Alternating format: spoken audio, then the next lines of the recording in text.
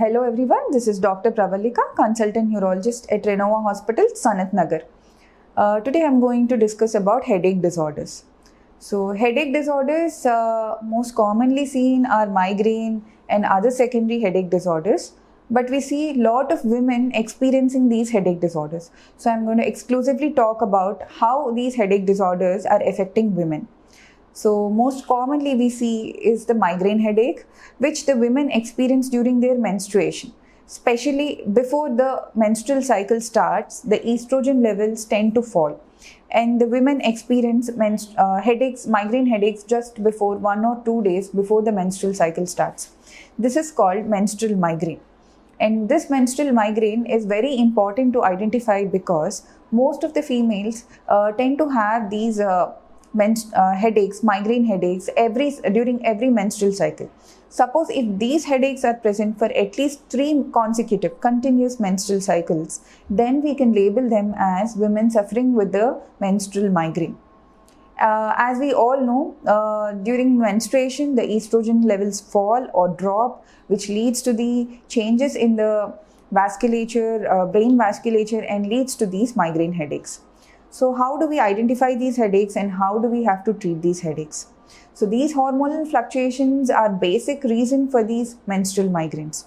So we have to identify that sometimes these menstrual migraine headaches are associated with the PMS symptoms, premenstrual symptoms like the patients tend to feel anxiety, they feel agitated, they have lot of mood swings, and along with these PMS, the migraine also is associated. So we have to give short-term NSAID therapy. Some analgesics have to be given. Short-term therapy at least 1 or 2 days before the onset of the period. And we have to control, for preventing these, many of the women are prescribed medications like OC pills, which are rich in estrogen. But before prescribing these hormonal therapy also, we have to be very careful that women are more prone to have higher risk of strokes, especially women with migraine with aura. They have high risk of strokes and other cardiovascular disorders. So we have to identify that particular group of symptoms. And also, how does this migraine affect pregnancy? Most of the patients tend to relapse during pregnancy. During pregnancy, migraine symptoms usually worsen. And most of the medications which we prescribe for migraine during pregnancy are almost always contraindicated. So how do we manage these patients during pregnancy? And what do the patients have to do during pregnancy? So most common and most effective method to manage during pregnancy is to reduce the stress levels, maintain their lifestyle, do adequate lifestyle modifications, which is very, very important, especially during pregnancy. They have to do yoga or meditation, maintain their low stress levels low. As much of the medications cannot be prescribed during pregnancy, but few of them like nutraceutical medications, we can prescribe them, like magnesium citrate, which is more effective in preventing the migraine attacks. Or simple paracetamol can be given. Other medications cannot be prescribed.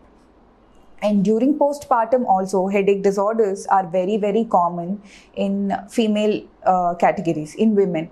So during postpartum, the most dangerous headache disorder which we experience is CSVT, chronic sinus venous thrombosis. This is very important because during the postpartum period, they tend to have the blood coagulation tends to be increased.